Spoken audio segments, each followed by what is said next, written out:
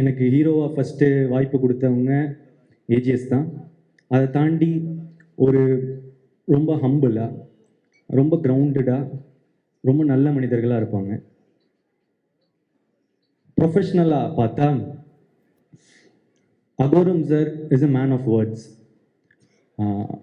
சொல்கிறத செய்வார், சில நேரத்தில் படத்துக்காக சொல்லாததையும் செய்வார். இது எங்களோட 2வது அசோசியேஷன். இன்னும் நிறைய வந்துட்டே இருக்கும்னு நினைக்கிறேன். என் மேலே வச்ச நம்பிக்கைக்கு நன்றி. அடுத்தது என் கூட நடித்தவங்க, அவங்க ஃபஸ்ட்டு விஜய், சித்து அண்ட் ஹர்ஷத். ஆமாம், ஒரு பல வருஷம் முன்னாடி ஃபன் பண்ணுறோன்னு ஒரு சீரீஸ் பார்த்துட்டு இருக்கும்போது அதில் வந்து மரத்து பக்கத்தில் சாஞ்சு என்னடா வாழ்க்கை இது டேஷ் மாதிரி அப்படின்னாரு. அதை பார்த்துட்டு எனக்கு ரொம்ப பிடிச்சிட்டு அவருக்கு மெசேஜ் அனுப்பிச்சேன்னு நினைக்கிறேன். சூப்பராக இருக்குது, பயங்கரமாக பண்ணுறீங்க அப்படின்னு. அப்புறம் பல வருஷம் போச்சு. இப்போது அவர் வாழ்க்கை அப்படி இல்லைன்னு நினைக்கிறேன். பயங்கரமாக சூப்பராக இருக்குல்ல. உழைச்சா வாழ்க்கை நல்லா மாறும்ன்றதுக்கு விஜய், சித்து ஒரு எக்ஸாம்பிள். அண்ட் ஹர்ஷத் கான், செம்ம எனர்ஜி, செம்ம ஃபன்னு, ரொம்ப நல்ல பர்ஃபார்மர். நான் அவர் கூட நடிக்கும் போது தான் தெரிஞ்சது, நல்லா நடிக்கிறாரு, சூப்பராக இருக்காரு. All the best. அடுத்து ஹீரோயின்ஸ். லவ் டுடேக்கு ஹீரோயின்ஸ் வந்து பார்க்கும்போது எல்லாருமே கூட நடிக்கிறதுக்கு தயங்கினாங்க. போய் ஃபஸ்ட்டு கோமாளி டைரக்டர் அப்படின்னு சொல்லுங்கள் சார் அப்படின்னுவாங்க. சூப்பர், எக்ஸைட்டடாக இருக்குது ஒர்க் பண்ணேன். யார் ஹீரோ அப்படின்னு கேட்டேன். நான் தான் ஹீரோ. டேட் என்ன சொன்னீங்க?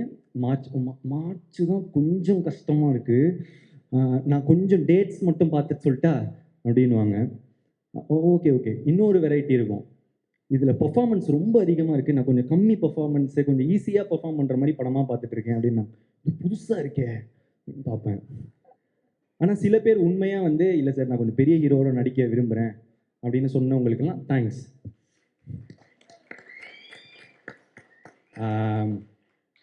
அப்படி இருந்த எனக்கு இந்த படத்தில் அனுப்பமா தான் ஹீரோயின்னு வந்து டைரக்டர் சொல்கிறாரு. ஒன் ஆஃப் த ஹீரோயின் கையோட கோச்சுக்காரிங்க ஃபஸ்ட்டு வர அனுப்பமா ஹீரோயின் அப்படின்னு வந்து சொல்கிறாங்க. நம்ம வந்து பிரேமம் ரிலீஸ் ஆகும்போது காலேஜ் நினச்சி பார்த்துருப்போமா அனுப்பமாவே நம்ம ஹீரோயின்னு. ஸோ காலையில் அன்றைக்கி நாள் ஃபஸ்ட்டு செட்டில் நாள் அனுப்பமா வரான்னு சொன்னாங்க. ஆளுவா புழலிந்தீரத்துன்னு பாடிட்டு வைப்பில் இருந்தேன். ஆரோரம் இல்லா நேரத்து அப்படின்னு சொல்லிட்டு இருக்கும் போது அனுப்பமா வராங்க. பார்த்தா செம்ம க்யூட்டு, சூப்பராக நடித்தாங்க. நான் வந்து அப்படி பர்ஃபார்மன்ஸ் அந்த மாதிரிலாம் நான் எக்ஸ்பெக்ட் பண்ணல. ஸோ தேங்க்யூ அனுப்பமா என்னோட நடித்ததுக்கு. அதுக்கடுத்து கயாடு. கயாடு வந்து is a new talent to Tamil cinema. ஆனால் இப்போவே கயாடு ஃபேன்ஸ்லாம் என்னை போட்டு அடிக்கிறாங்க. ஏன்டா பக்கத்தில் போகிற, கயாடு பக்கத்தில் போவாதரா அந்த மாதிரி சொல்லிட்டு அடிக்கிறாங்க. பசங்களெல்லாம் பிடிச்சிட்டாங்க கயாடு ஆல்ரெடி. ஸோ ஒரு படம் ரிலீஸ் ஆகிறதுக்கு முன்னாடியே வந்து ஃபேன்ஸ் வர்றது வந்து ரொம்ப கஷ்டம். கயாடுக்கு அவ்வளோ பெரிய ஃபேன்ஸு, ப்ளஸ் அவங்களுக்கு வந்து நல்லா நடிக்கிறாங்க, ரொம்ப ஹார்ட் ஒர்க்கிங், லைன்ஸ்லாம் அவ்வளோ ப்ராக்டிஸ் பண்ணிட்டு வந்து டெடிக்கேட்டடாக ரொம்ப நல்லா இருந்துச்சு பார்க்க. அதை தாண்டி இப்போ ஒரு நல்ல ஃப்ரெண்டு. அகெயின் தேங்க்யூ கயாடு என் கூட நடித்ததுக்கு. அடுத்து மிஷ்கின் சார். இல்லை மிஷ்கின் சார் வந்து எனக்கு ஒரு டெய்லி வந்து ஒரு கிஃப்ட் தருவார். டெய்லியும் ஏதாவது ஒரு gift வரும். எனக்கு மட்டும் இல்லை, ஆக்சுவலாக எல்லாருக்குமே தருவார். என்னோட மேக்கப் ஆர்டிஸ்ட்டுக்கு வந்து ஒரு பர்த்டே கையை பார்த்தாரு, கையில் எதுவுமே இல்லை, கொஞ்சம் மேலே பார்த்தாரு, வாட்ச் இருந்துச்சு, கைட்டி கொடுத்துட்டாரு. அவ்வளோ நல்ல மனுஷன். ஆக்சுவலாக அவர் பேசுறது ஒருத்தருக்கு ஒரு மாதிரி இருக்கும். நான்லாம் ரொம்ப என்ஜாய் பண்ணுவேன். ஸோ அவருக்கு நான் என்ன சொல்லிக்க விரும்புகிறேன்னா, சார் நீங்கள் இருக்கிறதுலே கொடுத்த பெஸ்ட்டு கிஃப்ட்டு நீங்கள் தான். எனக்கு இந்த படத்துக்கு நீங்கள் தான் பெஸ்ட் கிஃப்ட்டு. எனக்கு நீங்கள் கிடைச்சதும் ஒரு பெரிய கிஃப்ட்டு சார். படத்தை அப்படி எலிவேட் பண்ணியிருக்காரு. Thank you sir. அடுத்து ஜிவிஎம் சார், அவரை எப்படி எல்லாரும் மக்கள்லாம் பார்க்குறாங்களோ அதே மாதிரி தான் இருக்கார். கிளாஸு, மாசு. நான் அவரோட பர்ஃபார்மன்ஸ்லாம் பார்க்குறதுக்கு முன்னாடி அவர் பர்சனாலிட்டி தான் பார்த்துட்டு இருப்பேன். ஷூட்டில் எப்படி இருப்பார் அப்படின்னு சொல்லிட்டு உன்னிச்சு பார்த்துட்டு இருப்பேன். அவர் படத்தோட ஹீரோ மாதிரியே இருப்பார். அதுதான் நம்ம அனலைசிங் அவரை பார்க்கும்போது. Thank you sir. அடுத்து KS Ravikumar sir. KS Ravikumar sir வந்து நான் கோமாளியில் பார்க்கும்போது எனக்கு ரொம்ப பயமாக இருக்கும். ஏன்னா அவருக்கு தான் எல்லாமே தெரியுமே, நம்ம சொல்லி என்ன அப்படின்னு சொல்லிட்டு கொஞ்சம் பயமாக இருக்கும். ஆனால் அவர் ரொம்ப ஸ்வீட்டாக நடந்துக்க ஆரம்பித்தார். அந்த பயம் வந்து மரியாதையாக மாறிச்சு. ஆனால் இப்போ அவருக்கு தெரியாது. எனக்கு ஆக்சுவலாக அவரை பார்க்கும்போது ரொம்ப பாசமாக இருக்கும், எமோஷ்னலாக ஃபீல் ஆவேன். ஏன்னா அவர் கண்ணை பார்க்கும்போது எனக்கு அவர் தெரியும், அவர் எனக்காக நல்லது மட்டுமே நினைக்கிறாரு அப்படின்னு எனக்கு தெரிஞ்சது. எனக்கு ஒரு அப்பா மாதிரி அப்படின்னு சொல்லலாம். ஸோ கேஎஸ் ரவிக்குமாருக்கு சாருக்கு தேங்க்ஸ். அடுத்து ஜார்ஜ் மரியம் சார். அவர் மனுஷன் உண்மையிலே வந்து இன்னசென்ட் தாங்க. ஸ்க்ரீனில் பார்க்குறத மாதிரியே தான் அவர் உண்மையிலே இன்னசென்ட்டு. திடீர்னு வந்து அவர் ஏதாவது ஒரு லைன் மிஸ் ஆகிட்டாருன்னா அப்படின்னு ஃப்ரீஸ் ஆகிடுவார். இது வந்து அவர் பெர்ஃபார்ம் பண்ணும் போதுன்னு இல்லை, நான் பெர்ஃபார்ம் பண்ணும் போது கூட அவர் லைன் எதாவது மிஸ் பண்ணிட்டாருன்னா ஃப்ரீஸ் ஆகிடுவார். ஏன்னா ஐயோ அவங்க பெர்ஃபார்மன்ஸை வந்து நம்ம ஸ்பாயில் பண்ணிட்டோமே அப்படின்னு சொல்லிட்டு அடிக்கடி ஒரு இதில் வந்து அழுகுற மாதிரி இருக்கும். நான் அழுதுட்டு இருப்பேன். அதில் வந்து அவருக்கு ஒரு 4 லைன் இருக்கும். அதில் அப்பப்போ அந்த 4 லைனில் வந்து அப்படின்னு சொல்லிட்டு ஃப்ரீஸ் ஆகிட்டே இருந்தார். சார் பரவாயில்ல சார், நோ ப்ராப்ளம் சொன்னால் இல்லை, ஆனால் அவருக்கு அவ்வளோ கஷ்டமாக இருக்கும் அது. ஸோ உண்மையிலே ரொம்ப இன்னசென்ட். அவர் கூட ஒர்க் பண்ணது ரொம்ப நல்லா இருந்துச்சு. அதுக்கப்புறம் இந்துமணி மேம் என்னோட அம்மாவை நடிச்சிருக்காங்க. ரொம்ப நேச்சுரலாக நடிச்சிருக்காங்க. தேங்க்யூ.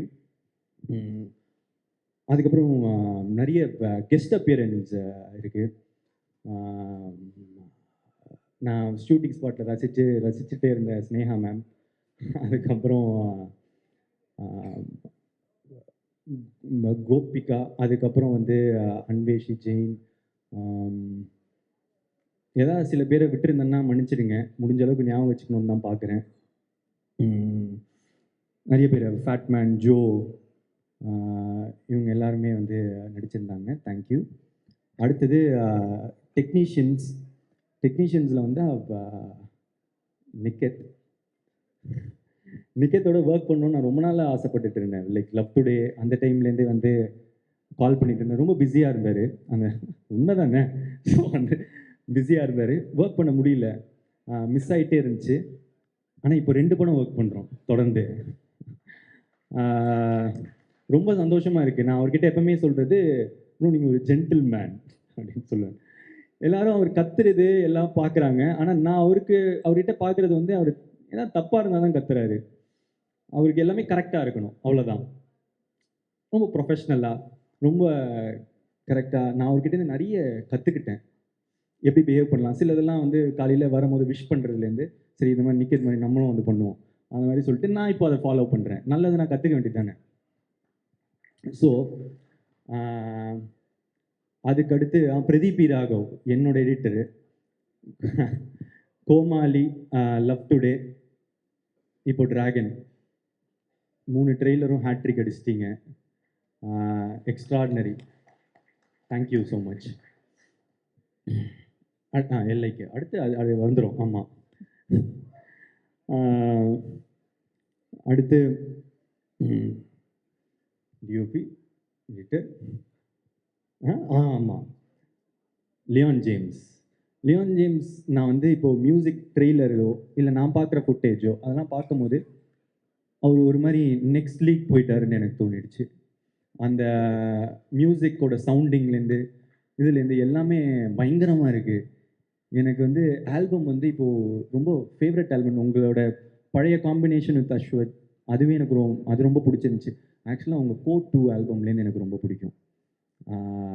அந்த இடத்துலேருந்து ப்ளஸ் அதுக்கு முன்னாடி நடந்த திமிரு காட்டாதடி அது என்னோட one of the favourite song. Vicky bro உங்களோட combination. Leon, thank you so much. I wish great for you. Yeah. And அதுக்கப்புறம் fight master Dhilip Subbarayan sir, Vicky master, first time என்னை ஃபைட் பண்ண வச்சதுக்கு தேங்க்யூ ஸோ மச். அண்ட் அதுக்கப்புறம் choreographers Brindha ma'am, Azhar, Sandy master, Anusha, Suren, எல்லாரும் உங்களோட எஃபர்ட்ஸுக்கு thanks. என்னோட நீங்கள் தான் எஃபர்ட் பண்ணணும். So thank you so much. அதுக்கப்புறம் லிரிசிஸ்ட் இங்கே பாருங்க, என்ன பாருங்க, விக்கி ப்ரோ. ஸோ விக்னேஷ் சிவன். விக்னேஷ் சிவன் சார்கிட்ட ப்ரோ அப்படியே சொல்லிடலாம்ல. விக்னேஷ் சிவன் ப்ரோ கிட்ட நான் வந்து ஒன்று தான் அடிக்கடி சொல்லுவேன். ப்ரோ, தமிழ் சினிமாவில் நீங்கள் one of the best lyricist அப்படின்னு வந்து அடிக்கடி நான் வந்து சொல்லுவேன். அவர் ஒருவேளை நான் அவர்கிட்ட பர்சனலாக சொல்கிறதுனால நான் சும்மா கூட சொல்கிறேன்னு நினச்சிக்கலாம். அதனால தான் இதை மேடையில் சொல்லணும்னு விரும்பினேன். எனக்கு அவரோட பாடல்கள் ரொம்ப பிடிக்கும். அண்ட் முக்கியமாக எனக்கு இப்போ கொடுத்த ரைஸ் ஆஃப் த டிராகன் அந்த பாட்டை எழுதணுன்னா நீங்கள் உங்களுக்கு என் மேலே பாசம் இருந்தாலும் இல்லை என்னை ரசித்தா மட்டும்தான் எழுத முடியும். Thank you so much. யாருன்னு இப்போது தெரியாது, பேர ஊரு கத்தம் ஒரு நாள் அப்படின்னு நீங்கள் எனக்கு வந்து எழுதுனது thank you. Thank you. And all the elevation BGM Leon கொடுத்ததுக்கு thank you so much. And Vicky bro பற்றி டைரக்டராகவும் சரி ஃப்ரெண்டாகவும் சரி இன்னும் நிறைய பேசணும். அதுக்கு வந்து வேற ஒரு மேடை சீக்கிரமாக ஒன்று வரும். ஸோ அங்கே மீதி. அடுத்து கோசேஷா. யா, அதில் எனக்கு ரொம்ப நீங்கள் எழுதின இதுலேயே ரொம்ப ஃபேவரட்டான லைன் வந்து, உன்னை ரசிச்ச எனக்கு இது வேணும், உன்னை நேசிச்ச எனக்கு இது வேணும், உன்னை நம்பி நான் கிடந்தேனே எனக்கு இன்னும் வேணுண்டி. எப்பேற்பட்ட வரிகள். ஸோ நம்மளோட ஃபேவரட் லைன் அது. Thank you so much again. அதுக்கப்புறம் அப்பெல்லோ ரொம்ப புது talent. Thank you again. Lyricist, singers, அப்பா அனிருத் சார் இவ்வளோ உங்கள் பிஸி ஷெட்யூலில் எங்களுக்கு அந்த பாட்டை ரொம்ப ஸ்வீட்டாக பாடி கொடுத்தது. It means a lot. Thank you so much. And Sid Sriram sir, எனக்கு வந்து என்னை விட்டு உயிர் போனாலும் கொடுத்தீங்க. டைரக்டருக்கு வந்து கதைப்போமா கொடுத்தீங்க. இப்போ எங்களுக்கு வந்து வழித்துணையை கொடுத்துருக்கீங்க. தேங்க்யூ. அதே பாட்டில் சஞ்சனா பாடியிருக்காங்க, ரொம்ப நல்லா பாடியிருக்காங்க. தேங்க்யூ. அப்புறம் இந்த ஒரு பாட்டு இன்னும் ரிலீஸ் ஆகலை. டைரக்டர் வந்து என்கிட்ட வந்து ஒரு டிவைனான வாய்ஸ் இருந்தால் நல்லாயிருக்கும் அப்படின்னு சொன்னார். யுவன் சார் விட்டா வேறு யாருங்க. ஸோ வந்து யுவன் சார் எங்களுக்காக ஒரு பாட்டு பாடியிருக்காரு. தேங்க்யூ. அதுக்கப்புறம் வேறு என்ன பாட்டு? ஆமாம், STR sir. Thanks sir. First இந்த பாட்டு நீங்கள் பாடினதுக்கு தேங்க்ஸ். அடுத்து இந்த ஒரு படத்தில் நீங்கள் இந்த படத்தில் நடிக்கவே இல்லை, உங்களுக்கு அந்த ப்ரோமோலாம் பண்ணணும்னு அவசியமே இல்லை. ஆனால் என்ன கிடைக்கும்னு பார்க்காம என்ன கொடுக்கலான்னு பார்க்குறவங்க தங்க மனசுக்கு தேங்க்யூ ஸோ மச்.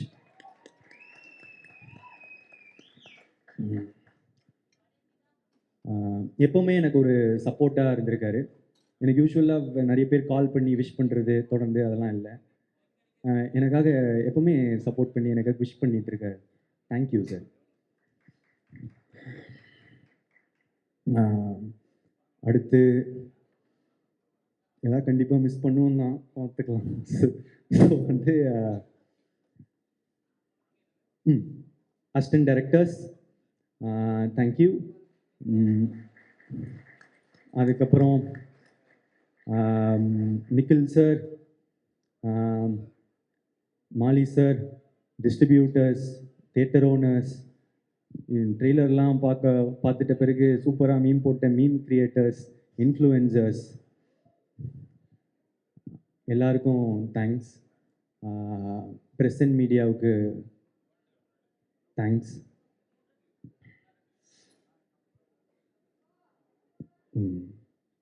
கடைசியா டைரக்டர் அஸ்வத் மாரிமுத்து,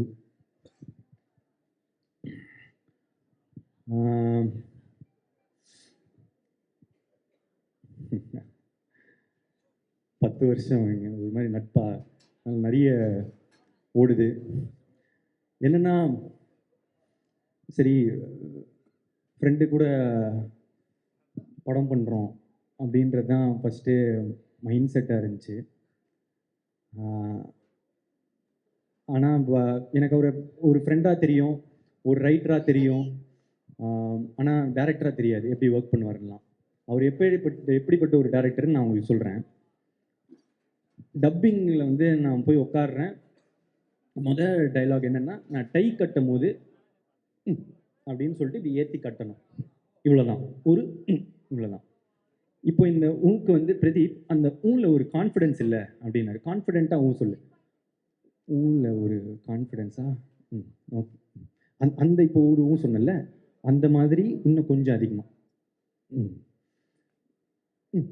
பிரதீப் அவ்வளோ இல்லை, நீ ஊ சொல்லும் போது வெளியே இருக்கிறவங்களுக்கா கேட்கணும், உனக்கு நீயே ஒன்று அப்படி பண்ணிக்கிறது தானே. சரி சரி, இது சொன்னால் கேட்கவே கேட்காது. ஓகே. இப்போ என்ன பண்ணுற, மூச்சு விட்டுட்டே அந்த ஊவை சொல்லு. ப்ளோ வருதுடா. ஓகே. கிராக் ஆயிடுச்சு. பேஸாக சொல்லு. ஓகே. ஊவை கான்ஃபிடென்ட்டாக சொல்லணும், பேஸோட சொல்லணும், கிராக் ஆகக்கூடாது, மூச்சு வரக்கூடாது, மூச்சு விடணும், சத்தமாகவும் இருக்கக்கூடாது, சத்தம் இல்லாமல் இருக்க முடியாது, ஒரு மாதிரி கேட்குற மாதிரி இருக்கணும். இல்லை இல்லை இல்லை அப்படின்னு போய்கிட்டே இருந்துச்சு. ஓய்யோ செத்தேன்டா இன்னைக்கு அப்படின்ற மாதிரி தான். அவ்வளோதான் முடிஞ்சு இந்த டப்பிங்கு அப்படின்னு மனசில் நினச்சிக்கிட்டேன். இப்போ என்னென்னா, சார் ப்ரோ என்ன பண்ணுங்க, அந்த வீடியோவை கட் பண்ணுறீங்க, நான் பாட்டுக்கு ஊவாக தரேன், நீங்கள் எந்த ஊ கரெக்டாக இருக்குன்னு நீங்கள் வச்சுக்கோங்க அப்படின்னு சொல்லிட்டு சொல்லிட்டு நான் பாட்டுக்கு கொடுக்க ஆரம்பிச்சிட்டேன்.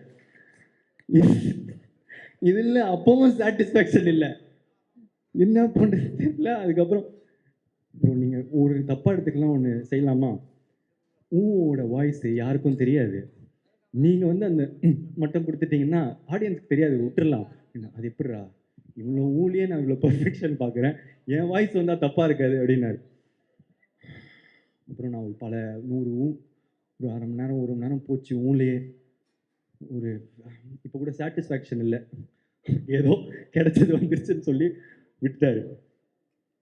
ஸோ அப்படி பார்த்த ஒருத்தருக்கு சரி இப்படி பண்ணுறாரு அப்படின்னு யோசிக்கும் போது, சரி நான் ஏன் பண்ணேன் அப்படின்னு கேட்டால், ஏன்னா நம்பினேன் நல்லதாக தான் பண்ணுவார், எனக்கு ஃப்ரெண்ட் இல்லை. ஏன்னா ஒரு ஃப்ரெண்டு சில நேரத்தில் வந்து அன்பாக சொல்லுவான், சில நேரத்தில் அடித்து சொல்லுவான், ஆனால் நமக்காக நல்லது மட்டும்தான் சொல்லுவான். அது வந்து நான் எனக்காக எப்போவுமே நல்லது மட்டும் நினைக்கிற அஸ்வத், எனக்கு அஸ்வத் ப்ரோ நான் எப்போவுமே அவர் ப்ரோன்னு கூட சொல்கிறாரு என்ன. ஏன்னா அண்ணன்னு கூப்பிட்டா கொஞ்சம் வயசு அதிகமாக இருக்கும்டா, அந்த மாதிரிலாம் பொண்ணுங்க முன்னாடி கூப்பிடாத அப்படின்றாரு. சரி அதனால ப்ரோன்னு சொல்கிறாரு. ஆனால் எனக்கு வந்து உண்மையிலே என் மனசுலேருந்து நான் என்றைக்குமே அவர் அண்ணாவை தான் பார்க்குறேன். தேங்க்ஸ்ண்ணா.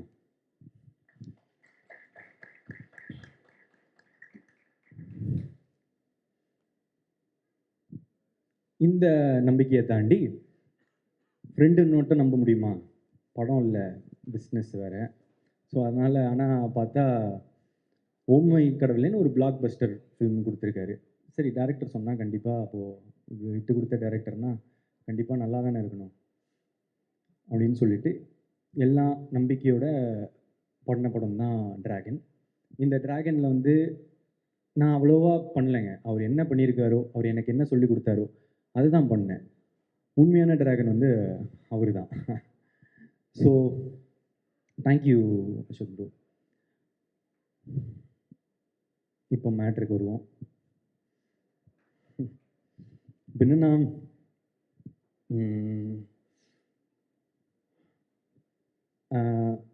இந்த ட்ரெய்லர் பார்த்துருப்பீங்க. டிராகன் என்ன சொல்கிறான், அரியர்லாம் கொரியர் மாதிரி அது பாட்டுக்கு வந்துக்கினே இருக்கும், நம்ம சைனை போட்டு அமுச்சிக்கினே இருக்கணும் அப்படின்ற மீட்டர் தான் இந்த படமாக உங்களுக்குலாம் தெரிய வரும். ஆனால் பிரதீப் என்ன சொல்கிறான், அரியர் மாசு இல்லை, படித்தாதான் மாசு. ஏன்னா நான் இதுக்கு முன்னாடியே வந்து சொல்லியிருக்கேன் ஒரு மேடையில், ஒரு டிகிரின்றதும் ஒரு படிப்புன்றது எவ்வளோ இம்பார்ட்டண்ட்டுன்னு. எங்கள் அப்பா எங்களை ரொம்ப கஷ்டப்பட்டு படிக்க வச்சதுனால தான் எனக்கு கோமாளின்ற ஒரு படமே கிடச்சதுன்னு நான் சொல்லியிருக்கேன். ஃபஸ்ட் டைம் கிராஜுவேட்ஸ்க்கு, ஃபஸ்ட் ஜென்ரேஷன் கிராஜுவேட்ஸ்க்கு அது எவ்வளோ இம்பார்ட்டண்ட்டுன்னு தெரியும். பிரதீப் வந்து 12th 98% வாங்கி, காலேஜில் 80% வாங்கி, ஐடியில் பிளேஸ் ஆகி 1.5 வருஷம் வேலை செஞ்சு, கேப்பில் சாட்டர்டே சண்டே ஆனால் ஷார்ட் ஃபிலிம்ஸ் எடுத்து, நிறைய புக்ஸ் படித்து,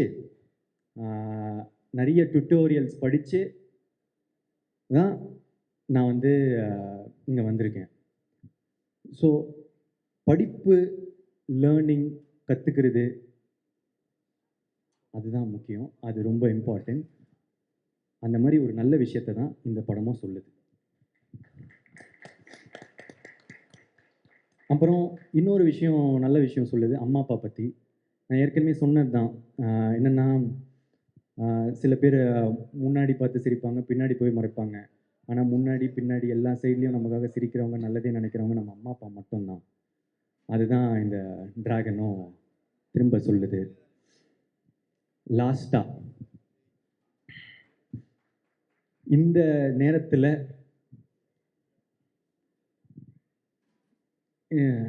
சில பேர் வந்து என்ன நம்மளை வந்து அடிக்கவும் செய்கிறாங்க. அதை நான் பார்த்துட்டு தான் இருக்கேன். அது யார், எதுக்கு, அதெல்லாம் அதுக்குள்ளே போக வேணாம். ஆனால் அவங்களுக்கெல்லாம் நான் ஒன்று தான் சொல்லிக்க விரும்புகிறேன்.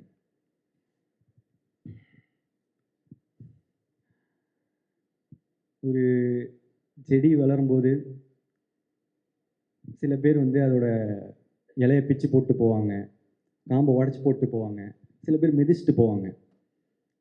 ஆனால் அந்த டைம்லெல்லாம் அந்த செடியோட வேர் கீழே வளர்ந்துட்டு ஸ்ட்ராங் ஆகிட்டு போயிட்டு தான் இருக்கும். அது மட்டும் அந்த இப்போ கொடுக்குற வழியெல்லாம் தாங்கிடுச்சுன்னா அதுக்கப்புறம் அது ஒரு பெரிய மரமாக வளர்கிறத யாராலையும் தடுத்து நிறுத்த முடியாது.